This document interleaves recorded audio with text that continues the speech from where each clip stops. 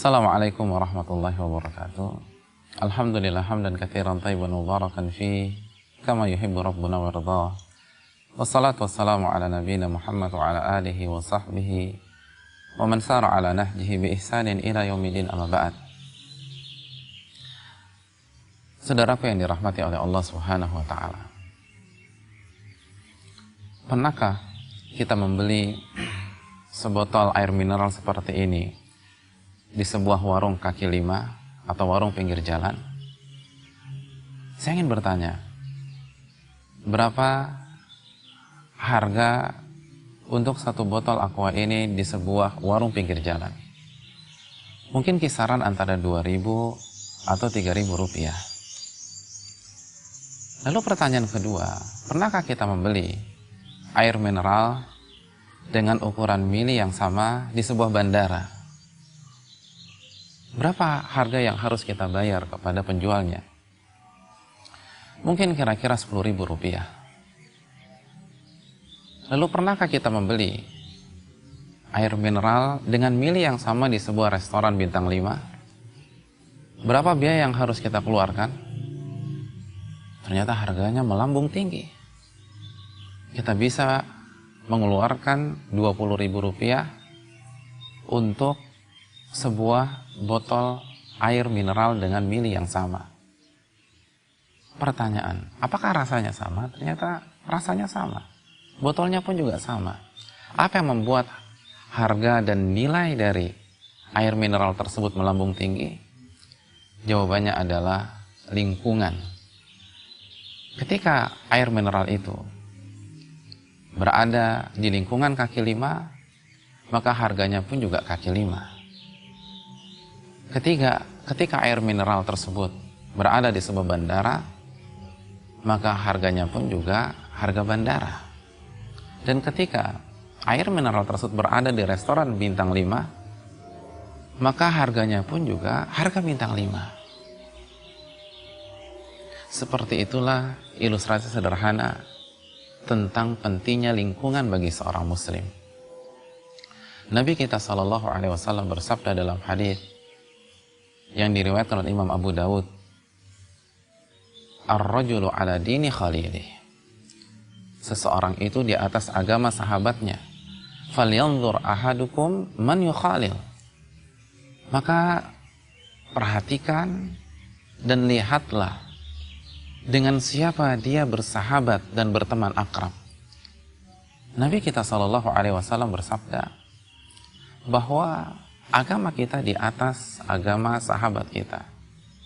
Kita terpengaruh dengan lingkungan kita. Kita terpengaruh dengan iman orang-orang yang ada di sekitar kita dan di dalam kehidupan kita. Ketika hari-hari kita habiskan dengan orang-orang yang imannya kaki lima, maka kita akan mengikuti iman kaki lima. Dan apabila setiap hari kita bergaul dengan orang-orang yang imannya bintang 5, maka iman kita pun akan bintang 5. Al-mar'u ala dini khalili falyanzur ahadukum man yukhalil. Sesungguhnya seseorang itu berada di atas agama sahabatnya. Maka perhatikan dengan siapa dia bersahabat dan berteman akrab. Lalu Nabi SAW pun bersabda dalam kesempatan yang lain, dalam hadis yang diriwayatkan Imam Bukhari, mathalul jalisil salihi was-saw kahamilil miski wa nafikhil kir. Perumpamaan teman duduk yang baik dan teman duduk yang buruk adalah seperti bergaul dengan tukang minyak wangi atau bergaul dengan seorang pandai besi. Fa amma hamilul misk, adapun bergaul dengan penjual minyak wangi, Nabi menjelaskan ada 3 kemungkinan yang akan kita dapatkan. Imma an yuhdiyaka. Kemungkinan yang pertama, dia menghadiahkan minyak wanginya kepada dirimu. Wa imma an tabta'a min. Atau engkau membeli minyak wangi darinya, lalu engkau kenakan di tubuhmu dan di busanamu. Wa imma an tajida minhu rihan thayyibah. Atau kalau kita tidak punya uang untuk membelinya, atau dia pun tidak pernah memberikan minyak wangi tersebut kepada kita, setidaknya ketika kita berada di toko parfum atau minyak wanginya, kita mendapatkan aroma wangi dari dirinya. Wa amma nafikhul kir, adapun bergaul dengan tukang pandai besi, imma an yuhriqa thiyabak, kemungkinan yang pertama, percikan apinya tersebut akan mengenai bajumu dan akan membakarnya.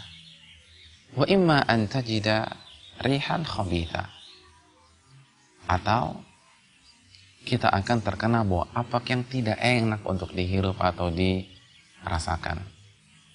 Inilah ilustrasi yang diberikan oleh Nabi kita SAW, bahwa seorang manusia adalah insan yang lemah.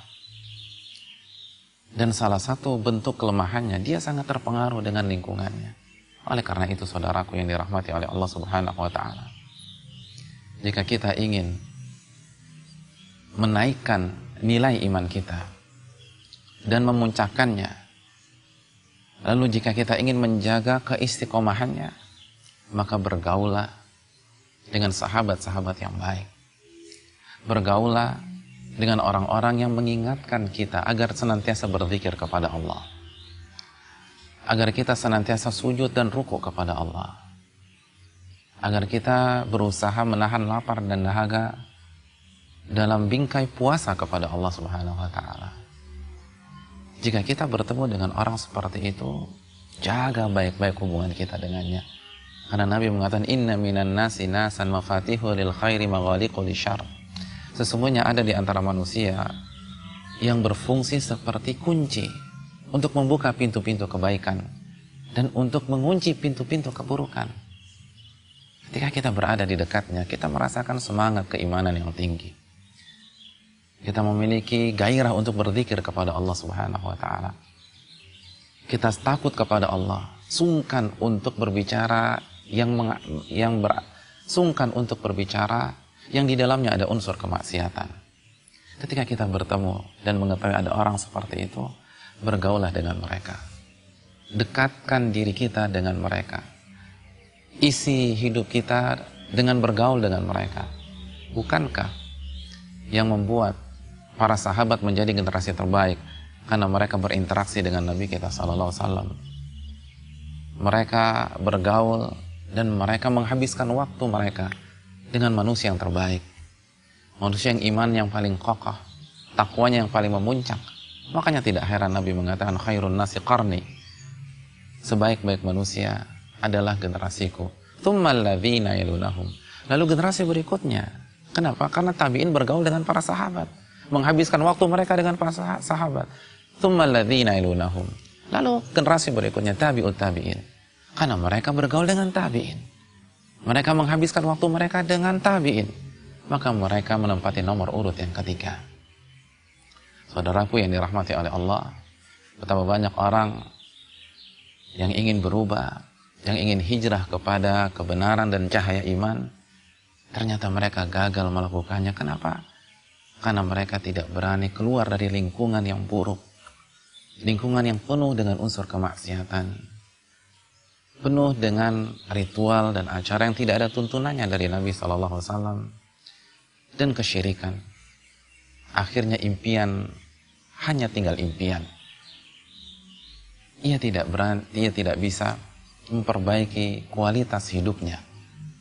Dan betapa banyak orang yang mendapatkan hidayah iman, secercah cahaya kebenaran dan indahnya tauhid karena dia bergaul dengan orang-orang yang bertauhid kepada Allah, menghidupkan sunnah Nabi SAW, dan semangat dalam mengisi waktu dengan beribadah kepada Allah Jalla wa'ala. Ingatlah ilustrasi di awal pembicaraan kita. Jika kita bergaul dengan orang-orang yang imannya kaki lima, maka kita akan mengikuti iman mereka tersebut. Dan apabila kita bergaul dan bersahabat dengan orang yang imannya bintang 5, maka insya Allah Ta'ala kita akan dengan lebih mudah memperbaiki diri kita, tentu saja dengan pertolongan, taufik, dan hidayah dari Allah Jalla wa'ala. Semoga nasihat ini bermanfaat. Aqulu qouli hadza, subhanakallahumma wa bihamdika asyhadu an la ilaha illa anta astaghfiruka wa atubu ilaik. Assalamualaikum warahmatullahi wabarakatuh.